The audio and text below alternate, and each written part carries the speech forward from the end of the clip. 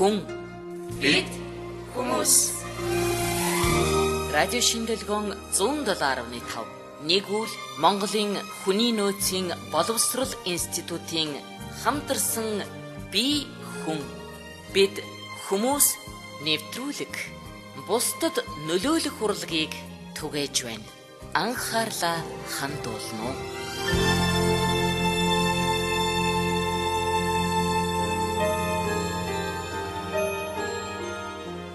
Амгалан морилж байна уу эрхэм мөндөд сонсогчдоо. Монгол дурхтны FM шинжилгээ 107.5 радиогоос бэлтгэн хүргэдэг би хүн бид хүмүүс нэвтрүүлгийн маань шинэхэн дугаар та бүхэндээ хүрэхэд бэлэн болсон байна. Тэгэхээр та бүхэн маань мэдэж байгаах бид энэ хүн нэвтрүүлгээ удирдах ухааны докторант Дасцэрмагштайгаа хамтран хийдэг байгаа. За юуны өмнө Дасцэрмагштай энэ сайхан өдрийн мэндийг хүргэе. Баярлалаа сайхнадаа болон сонсогчдоо энэ өдрийн мэндийг хүргэе.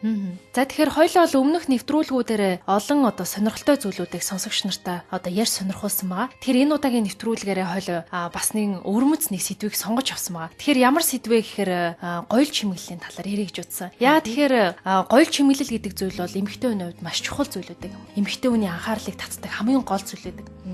Тэгэхээр гоёл чимэглэлээр хувь хүн өөрийгөө илэрхийлэх боломж байдаг юм уу? Энийг хойлоо менежмент талаас нь тайлбарлая. Зүйтэй маш гоё сэдв байна. Ер нь сайхны битүүрийн нэг барьж байгаа бодлого бол онлын сэдвт баригдахгүйгээр чөлөөтэй байдлаар практикт хэрэглэгддэг бүхий л агуулгуудыг өөртөө хэрхэн зөв ашиглах вэ? Тэ? Удирдлагын ухаан талаасаа удирдлагын ухаанд энгийн практик байгаа бүхий л зүйл хэрхэн холбогддгийг бэ гэдгийг тайлбарлахыг зорж байгаа гэдгийг нэмж хэлэх хэрэгтэй байна. Тэгэхээр өнөөдрийн сэдв маань гоёл чимэглэлийн талаар тайлбарлан ярьж сонсогчдоо сэтгэлээ хуваалцах гэж байна л да. Тэгэхээр ер нь гоёл чимэглэл гэдэг бол таныг бусдаас ялгах таних тэмдэг нь олж идэг. Энийг эртээр үеэс ч гэсэн бидний энгийн практикт хэрэглэдэг аксиор гэж яриад байна шүү дээ. Тэр гоёл чимэглэл гэдэг зүйлийг бол эртээр үеэс ард түмэн өөрийн бэлэгдэл, шашин, зан үйл, уламжлал, хэв маягтай тохируулан олон зууны туршид ашиглаж хэрэгжилж ирсэн байдаг. Титэмж байдаг юм уу тийм ээ? Бөгж байдаг юм уу? Бугуйвч, өсний даруулга гэх мэтчлэнгээр улс үндэстэн болгон өөр өөрийн гэсэн аксиор гоёл чимэглэлийг хэрэгжилж ирсэн түүхтэй. Одоо ч бид нар хэрэгжилж байна. Тэгэхээр гоёл чимэглэл гэдэг бол улс үндэстний уламжлал зан заншлыг шингээсэн үнэт зүйлтэй шууд холбоотой ойлголт нэг талаас нөгөө талаас одоогийн нөхцөл байдал буюу бидний ярьдаг орчин үед бол гоёл чимэглэл аксиорууд маш олон хэлбэр, дүрс, хэв маяг, маш олон янзын металл хийц хуванцарч гэдэг бүх төрлийн материалуудыг ашиглаж хийсэн аксиорууд бол байдаг болсон байна. Тэгэхээр энэ аксиоруудыг хувь хүн өөртөө хэрхэн зөв ашиглах вэ гэдэг асуулт бол маш чухал ойлголт. Тэгэхээр хүн өөрийн төрлөх характер, ертөнцийг үзэх үзэл, зарчимдаа тулгуурласан байдлаар аксиорыг хэрэгэлдэг гэдгээ тэр бүр мэддэггүй. Тухайлбал ингэрт зүүх аксиорыг ингэрийн пижакны ингэр дээр зүүсэн байх, эсвэл пижакны мөрөн дээр зүүсэн байх ч гэдэг юм уу. Эсвэл түүнээс доошлуулад хөхнийхөө тэр хавцаа буюу зүрхэн тушаагаа зүүсэн байх шийдэ байдаг штэ. Энэ зүүсэн хэлбэрүүд нь хүртэл тэр хүний амьдралд хандлагыг илэрхийлдэг. Тухайлбал аксиор зүйлтүүдийг ялангуяа ингэрийн зүйлтүүдийг мөрөн тушаага буюу мөрлүүгөө нэлээд төхүүлсэн байдлаар дээш нь зүүсэн эмэгтэйчүүд бол нэлээд зоримог, шийдмэг хүмүүс амьдралд хандлагадаа нэлээд шийдмэг ийм эмэгтэйчүүд бол голдуу мөрлүүгөө нэлээд төхүүлж зүүсэн байдаг. За аливаа нэгэн зүйл жоохон баригдмал хэв шинжийн улсууд бол пижакны ингэр хавцаа уламжлалт хэв маяг байдаг шүү дээ. Пижакны ингэр дээр зүүсэн байдаг. Цахан дээр зүүсэн байдаг. Нэлээд доошхноо зүрхэн тушаагаа ч юм уу энэ төр аксиорыг зүүсэн хүн бол тийм юу гэм бэ? Жахан цоглог биш харагддаг.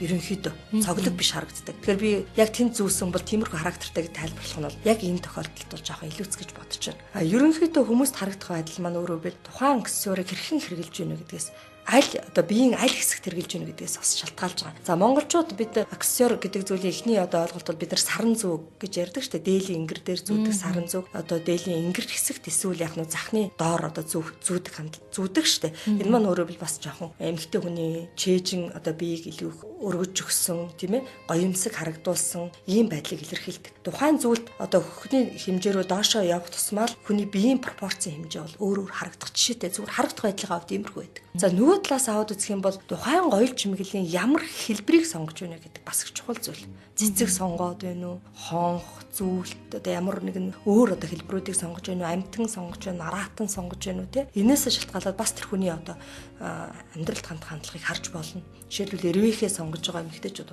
ялдам инкри, цэцэг, эрвэхэ сонгож байгаа эмэгтэйчүүд бол аливаа зүйлд хандлага нь инкри байх шинжтэй байдаг. Өөрөө характер өвдөх зөөлхөн ийм эмэгтэйчүүд сонгож байна. Жишээлбэл арслан, барч байдаг юм уу тийм ээ? Одоо могойч байдаг юм уу? Ийм зүйлүүд сонгож байгаа эмэгтэйчүүд л нэг хүчтэй эмэгтэйчүүд иймэрхүү одоо зүйлтүүдийг хэлбэрийн зүйлтийг сонгосон байдаг. За яг ажил хэрэг зүйлтэнд одоо зөгийн байдаг ч гэдэг юм уу тийм ээ? Аалз байдаг ч гэдэг юм уу? Байдаг л да. Тэгэхээр иймэрхүү одоо чиглэлийн хандлагууд бол байд. Нөгөө талаас аваад үзэх юм бол аксессуар гэдэг зүйл буюу одоо гоёл чимэглэлийг ажил хэрэгч хүн хэрхэн хэрэглэх вэ гэдэг ойлголт байна л да. Тэгэхээр би сая зөвхөн ингэрийн зүйлтний тухай авч үзлээ шүү дээ. Тэгэхээр аксессуар гэдэгт бол бүх зүйл орно. Өөрөөр эмээг бөгөж одоо хүзүүний зүйлт тийм ээ одоо сондрууд гэх мэтлэнгэр бүх зүйл орж байгаа. Тэгэхээр ажил хэрэгч эмэгтэй хүний хувьд аксессуарыг бол болж игэл их унжсан биш, том цагирган биш, болж игэл шигтгсэн, шигтгээтэй юмгуудыг одоо сонгож авах шаардлагатай байдаг. Практикт ч тэгж харагддаг. Одоо ихэнх ажил хэрэгч эмэгтэйчүүд костюм бичиг байдаг юм уу бусад албан хэрэгцээний хувцсан дээр одоо юу гэдгийг цагирган эмэг зүгэл унждаг эмэг энэ төр зүгээд яваад байгаа юм зохистой бас харагддаг. Ялангуяа төрийн албан хаагч эмэгтэйчүүдийн хувьд ялангуяа төрийн албан хаагч төрийн одоо захиргааны албан хаагчид мөн төрийн үйлчлэгээний албан хаагчид мөн цагдаа хүчний байгууллагуудын албан хаагчид нэг зүйлс нь их зохистой биш харагддаг. Нэгдүгээр. Хоёрдугаарт энэ үүнийг ажил хэрэгч хувцалт буюу ажил хэрэгч хувцлалтын менежмент дээр зохистой бос гэж заасан байдаг. Заасан байдаг. Энийг бас бид нар бодох хэрэгтэй. Нөгөө талаас аваад үзэх юм бол одоо юу гэдэг нь чөлөөт хувцсан дээр ямар аксессуар хэрэглэх нь бол тэр хүний хэрэг шүү дээ тий. Тэгэхээр бид нар яг менежментийн байгууллага буюу албан байгууллагуудын одоо удирдлага зохион байгуулалтын хувьд тухайн аксессуар хэрэгэлсэн эмэгтэй хүмүүст эмэгтэй байгууллагын талаарх мэдээллийг хэрхэн одоо өгөх боломжтой вэ гэдгийг хэлэх гээд байна л да. Өөрөөр хэлбэл би одоо ресепшн байла төрийн үйлчилгээний байгууллагын ресепшн байла тийм ээ. Би хэд чөлөөтэй хувцалсан чөлөөт аксессуар хэрэгэлсэн байвал тийм зохистой биш. Гадаад дотоодын орны зочд, төлөөлөгч, хурлын зочд, төлөөлөгч гэдэг юм уу, иргэдийн нийгмийн төлөөлөгч гэдэг юм эсвэл иргэдэд зохистой бас харагддаг. Өөрөөр хэлбэл төрийн үйлчлэгээ, төрийн байгууллага гэдэг бол ямар ч хүнд ямар сэтгэл төрүүлдэг вэ? Төв. Илүү одоо юу гэдгийг классик илүү одоо засаглалын шин чанарыг илэрхийлж сэтгэл зүйд нь буудаг учраас тэр төрлийн үйлчлэгийг хүргэж байгаа хүмүүсээс яг тийм имиж төртөрхийг хүмүүс шаардж байна. Жишээлбэл одоо имиж гэдэг үзэхэд тийм ээ үсээ задгаа тавьсан ус нь амруу нороод л ч юм уу тийм нүүрлүү нороод буугаад байгаа имиж хүнд ямар сэтгэл төрүүлэх вэ?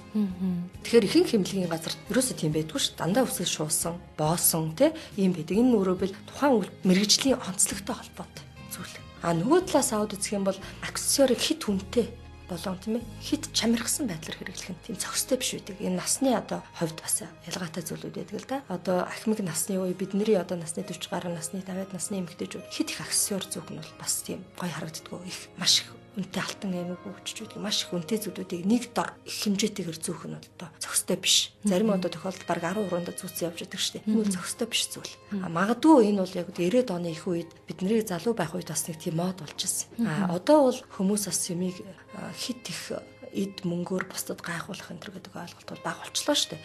Тэгэхээр тухайн зүйлийг хэр өөртөө зохистой хэрэгжилж байна гэдэг ойлголтод хүмүүсийн анхаарал хандуулдаг болсон байна. Тэгэхээр ямар одоо эмэг зүүсэн, ямар бөгж зүүсэн, тэр нь хэр одоо хувцас сунартаа зогцож байгаа юм, ямар ажил албан тушаалтаа зогцож байгаа юм, өнөөдрийн ажлын арга хэмжээтэй зогцож байгаа юм уу, тийм ээ?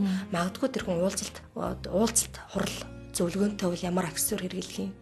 Өвдөжлөх цэнгэнтэй бол ямар аксессуар хэрэглэх юм? Эсвэл зүгээр хоолнд өргөцсөн бол ямар аксессуар хэрэглэх юм бэ гэдэг ойлголтууд бол ялгаатай. Энийг хүмүүс их ялгаж ойлгох хэрэгтэй. Жишээлбэл спорт хувцсан дээр ямар аксессуар хэрэглэх ёстой юм бэ гэдэг юм.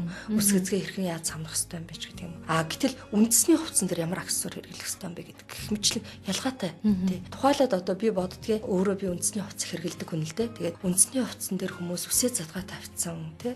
Тэгээд үндэсний хувцсны одоо буюу дээлийг буруу бүсэлцэн тэр явж идэгин. Зүгээр нэг шидэмс шиг юм гэдэг бүсгээл бүсэлцэн тий тэр явж байгаа. Зохистой бус харагддаг. Тэгэхээр аливаа нэгэн аксессуар чимэглэл гэдэг зүйл зүгээр одоо эмэг бүгжээс гадна тухайн улс үндэстний өв уламжлал зан заншлыг илэрхийлдэг гэдэг утгаар нь бас зөв зохистой хэрэглэх ёстой. Зөв зохистой хэрэглэх ёстой. Тэгэхээр энэ зүйлүүдээр бид нар бас хүндэтгэлтэй хандах ёстой. Ийм ойлголт. Тэгэхээр аксессуар гэдэг ойлголтыг бол бид нэр их өргөн хүрээнд бодох ёстой л доо. Нөгөө талаас аваад үзэх юм бол ер нь тухайн одоо оёл чимэглэл гэдэг ойлголтод үс засалт, нүүр будалт тэр хүний одоо үсний хавчаар энэ бүх зүйлүүд бас давхар орж байна. Тухайн одоо үс засалт тухайн хүний зан характерыг шууд илтгэж идэг. Ямар үс засалтыг голчлон хэрэгэлдэг вэ? Тэр хүний одоо зан характерыг шууд илтгэн. Ямар одоо үсээ ямар өнгөөр будж гин үү? Энэ бас л одоо хэрэглэгддэг зан характерыг илэрхийлж байгаа зүйл.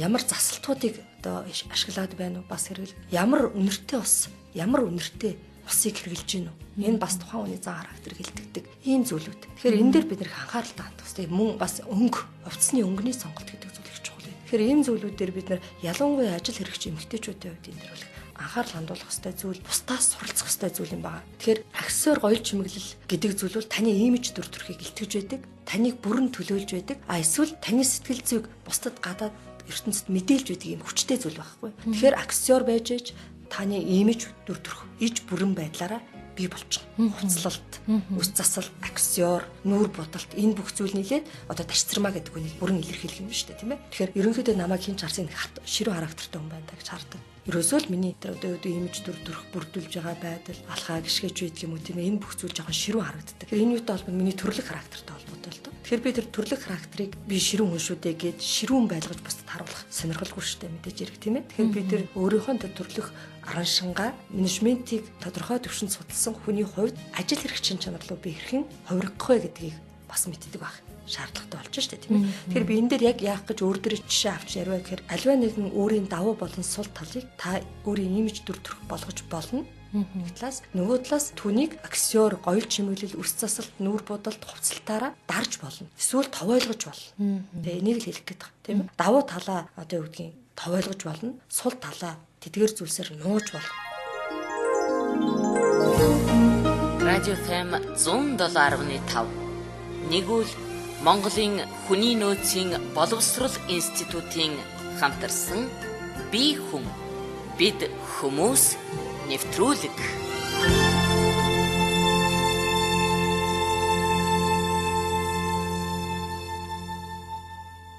Та бүхэн бие хүн бид хүмүүс нэвтрүүлгээ үргэлжлүүлэн хүлээн аван сонсноо. Бид бүхний дуртай радио 107.5. Энэ бол ерөөсөд дэлхийн одоо аж ахуйн практик гэж ярьдаг юм да. Ерөнхийдөө урлаг гооцон бүхэл практикт энэ бол ашиглагддаг зүйл шүү дээ. Бид нар одоо мод загвар одоо фэшн бүхэл юмнуудаар энийг харж байна. Яаж эмэгтэй өөрийгөө сайхан авч байгаа. Нөгөө талаас эрэгтэйчүүдийн хувьд ч гэсэндээ энэ нийгэмд өөрийн гэсэн дүр төрхийг илэрхийлэх, өөрийн гэсэн байр суурьтай байхын тулд мэдээж хэрэг бүх төрлийн аксессуаруудыг хэрэгжилж байдаг. Тийм ээ, бүх төрлийн гоёл чимэглэл. Гоёл чимэглэл гэхээр зөвхөн чихэн зүүдэг эмэг бөгж биш шүү л гэж би хэлэх гээд байна л да. Таны бүхэл хэрэгжилж байгаа зүйл бол гоёл чимэглэлийн зүйлс шүү дээ. Тийм. Тэгэхээр энэ утгаар наваад үзэх юм л эрчүүд костюмоо хэрхэн зөв одоо өмсөх үү? Тийм ээ. Нэг костюм дээр хэдэн одоо срочк байх хэрэгтэй. Жишээлбэл 6-7 срочктай байхад нэг костюм байхад хангалттай. Срочкоо солиол яваад ич болно шүү. Срочк солих болгонд л эрэгтэй хүн өөрчлөгдөд идэг. Зангааг солих болгонд л эрэгтэй хүн өөрчлөгдөд идэг. Өнөөдөр өөр юм шиг харагдаж байдаг тийм ээ. Зарим одоо ажил хэрэгч залуучууд бол машинда дараад арга хэмжээнд хэрэглэх хувцснуудаа өлөгцсөн явж байдаг шүү дээ. Энэ надад их таалагддаг. Маш зөв. Энэ бол хүн өөрийгөө хэдийд хэрхэн яаж авч явах вэ гэдгийг та өөрөө л шийдэж өөртөө л арга хэмжээ авч өөртөө л шаардлага тавихгүй бол хинч тань шаардлагагүй шүү дээ. Тэгэхээр энэ бол маш зөв ажил хэрэгч шаардлага гэж би боддог. Манай эмэгтэйчүүдийн хувьд зарим нэг эмэгтэйчүүд маань одоо ихэвчлэн бол өөрийнхөө гадаад үзмжинд одоо тохируулах бус зөвхөн өөртөө таалагдсан зүйлээ одоо биендээ авч одоо зүүж хэрэгэлдэг ч юм уу тийм тохиолдол байдаг. Зарим нэг эмэгтэйчүүд маань одоо хараад өөрт нь одоо таалагдах бус өөрийнх нь бие пропорц одоо царайндаа тохирсон аксессуарыг ихэвчлэн хэрэгэлдэг. Энэ дээр яг одоо зан арын шингийн хувьд одоо дотоод мөн чанарын хувьд ялгаа нь үү? Эсвэл яг тэр сонирхлын хувьд ялгаа нь үү? Эсвэл тэр гадаад үзмжийн хувьд ялгаа нь үү? Яг юунд ялгаа нь юм бэ? Энд хоёр үндсэн урсгал байдаг гэж би боддог. Чиглэл урсгалч хоёр нь чиглэл хүн өөртөө таалагдсан зүйлээ худалдаж авах нь зүй ёсны зүйл. Өөртөө таалагдсан зүйлээ. Энэ бол ерөөсөө зүүн сарган дотоод мэдрэмж эрэл худалдаад авчиж шүү дээ тийм ээ. Худалдаж авч байгаа нь бол зайлшгүй зүйл. Нөгөө талаас ажил албаны шаардлагаар одоо худалдаж авах зүйлдээ сонголт хийж байгаа. Энэ бол ийм л хоёр үндсэн урсгал байгаа. Гэхдээ хүн би өөрөө дизайнер хүн биш. Зүгээр яг менежментийн хүн талаас нь тайлбарлахад бол аливаа нэгэн зүйлийг худалдаж авахтаа хит үнэтэй биш тийм ээ. Бас хит хямд биш. Хамгийн гол нь танд биеийн пропорц чинь тохирсон л ах хэвээр. Тий. Биеийн пропорц чинь аливаа нэгэн дотогдолтой талыг чинь нуусан байдлаар та хувцалж сурах хэвээр. Энэ бол маш том боловсрал. Тэгэхээр чи ерөөсөө л одоо тухайн хүн одоо өөрийнх нь стайлыг л одоо бас тодорхой хэмжээний бүрдүүл сураагүй байна гэж үзэх гэдэг тийм сураагүй байна гэж одоо үзэх үү? Стил загвар гэдэг ойлголт бас нэг юм ойлголттой. Хэд загвар хөөдөг хүмүүс байдгийн.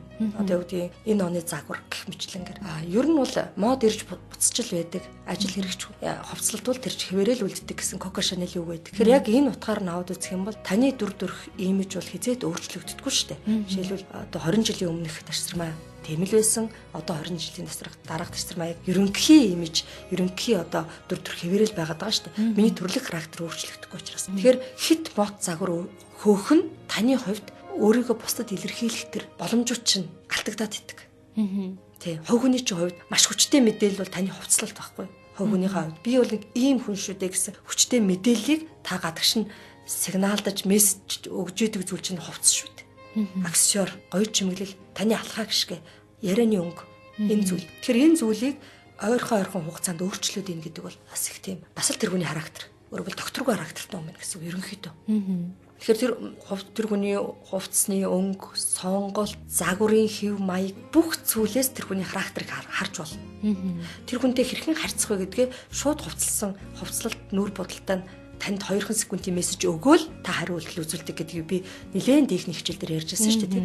Тэгэхээр ерөөсөө гоёл чимэглэл аксиор гэдэг бол та байхгүй. Та өөрийгөө илэрхийлж байгаа ойлголт байхгүй. Тэр үнэтэй вэ нү, хямдхан байна уу тэр ерөөсөө сонирм биш. Ганцхан та тохируулж л хэрэглэх ёстой. За энэ хүн дээр би бас нэг юм нэмж хэлмээр санагдаж байна. Юу гэж хэлэх гээд байна вэ гэхээр төрийн албан хаагчид ялангуяа энэ одоо эрх, бөөгийн шашны тойл ийм зүйлүүдийг их хэрэгжилж байна. За энэ бол төрийн албан хаагчийн ёс зүй, эцэлтийн дүрм журам гэдэг ойлголтондоо бол хориотой байх гэж би бодож байна. Нөгөө талаас ийм зүйлийг шашин талаасаа ч гэсэн хүний нүдний өмнө зүүх нь бас нэг тийм таатай биш зүйл байдаг. Бас та өөрийгөө бусдад би үл шашинтай хүн, бөө хүн шүү гэх мэтлэнгээр өөрийгөө бусдад хүчтэйг илэрхийлэх гээд ээж магадгүй юм. Ийм зорилгоор ашиглаад ээж магадгүй юм. Тэгээ хэрэгэлдэг байж болно. Гэхдээ энэ бол танд сөрөг хүчин зүйл болдгоо гэдгийг хэлэх гээд байна л да. Магадгүй тухайн одоо чиглэл урсгал, шашны чиглэл урсгалуудаас зай барьдаг хүмүүс бол танаас шууд зай барьж эхэлнэ. Эсвэл тухайн урсгал чиглэлд хүчтэй итгэдэг хүн бол тань руу сөрөг урсгалыг одоо мессежүүдийг илгээх боломжийг та өөр олгоод байгаа. Тэгэхээр та ямар нэгэн байдлаар энэ нууцтай, таны өөрийн нууцтай холбоотой зүйлүүдээ бусдаас нухал хэрэгтэй. Тэ? Ямар нэгэн байдлаар энийг одоо юу гэдгийг төрийн албан хаагч байдаг юм, оюутнууд байдаг юм уу, сурагчд байдаг юм уу? Миний их ойр байдаг зүйлүүд нь оюутнууд л да, би оюутнуудаа хэлдэг. Та магадгүй бөө байж бол энэ зүйлээ даалдах. Ингэж ил байлгах нь бусдад таны талаарх мэдээллийг сөрөг байдлаар илэрхийлж байгаа гэдэгт та ойлгож байна уу гэж би хэлдэг юм л да. Тэр хүмүүс гайхдаг. Магадгүй бөөхөн надад хараал хийчин ч гэж боддог юм уу. Хүмүүсийн тийм энгийн ойлголт шүү дээ. Гэхдээ бөөхөн хараал хийдэгтэй биш шүү дээ. Бүр зүгээр нэг энгийн ойлголт. Өө надад би нэг тэрнтэй муудалцсан юмсан. Тэр надад нэг эвгүй юм хийчүүдэй гэсэн. Ийм сэтгэгдэл хүмүүс төрөөд байдаг учраас та өөрийнхөө талаарх эрэг мессежийг сөргөөр хүмүүст илэрхийлэх гээд байна шүү дээ. Тэгэхээр тийм учраас тийм аксиоруудыг болж игэл далд хэрэглэх хэрэгтэй. Тэ одоо ламаас өгсөн улаан авцч байдаг юм. Далд хэрэглэх хэрэгтэй. Түүний биенийхээ аль хэсэгт та хэрэглэх вэ гэдгээ өөрөө бодох ёстой зүйл. Тэр энэ нийгэмд шашин хүчтэй дэлгэрч байна. Өөр өөрийн гэсэн ихтгэл үнэмшилтэй байна хүмүүс. Түүнийгээ бусдад нь ялзаах боломжгүйгээр эзлэн төр өмгөөлөх, сэтгэл зүйн дайралтууд хийх, эсвэл бусдад сэтгэл зүйн одоо эмзэглэл төрүүлэх шаардлага байхгүй. Энийг би аксессуар дээр бүр яг хэлье гэж үнэхээр бодлоо. За тэгэлгүй яг нэвтрүүлэг маань өндөрлөх төгсөн байна. Тэгэхээр бид энэ хүү нэвтрүүлгээ Удирдгын ухааны докторант Дасцэрмагштайгаа хамтран хийдэг байгаа. Хэрвээ манай Дасцэрмагштай холбогдохыг хүсвэл манай эфирийн утас 1919-2 болон 45 62 45 гэсэн дугааруудаар за мөн манай хөшийн гар утас болох 8966 6611 гэсэн дугааруудаар холбогдох боломжтойгоо. Тэгэхээр энэ хүү нэвтрүүлгээр бит хоёр одоо менежментийг бас дан онл яриад байхгүй. За бас амьдралтай холбож, за мөн одоо амьдралын бас практиктэй холбож бит хоёроос хэлбэрхэн маягаар бас ярьдаг байгаа. Хэрвээ та бүхэн маань энэ нэвтрүүлгийг сонсож байгаа сонсогч нар маань манай хөшөөс асуух зүйл байвал манай пэйж хуудасаар бас холбогдоод асуултуудаа асуугаад манай нэвтрүүлгээр дамжуулан хариулт бас авах боломжтой байгаа. Энэ хүү нэвтрүүлэг маань одоо манай радиогийн эфирээр цацагдахаас гадна YouTube дээр бас тавигдсан байгаа цуврал хичээлүүд маань тавигдаж байгаа. За үүгээр бид хүмүүс нэвтрүүлгийн маань шинэхэн дугаар өндөрлөж байна. Дараагийн нэвтрүүлгээрээ тавтаас ахаа уулзцаая. Баяртай ирэх мөндөд сонсогчдоо. Радио FM 107.5 нэгүл Монголын хүний нөөцийн боловсрол институтын хамтарсан бие хүн бид хүмүүс нэвтрүүлэг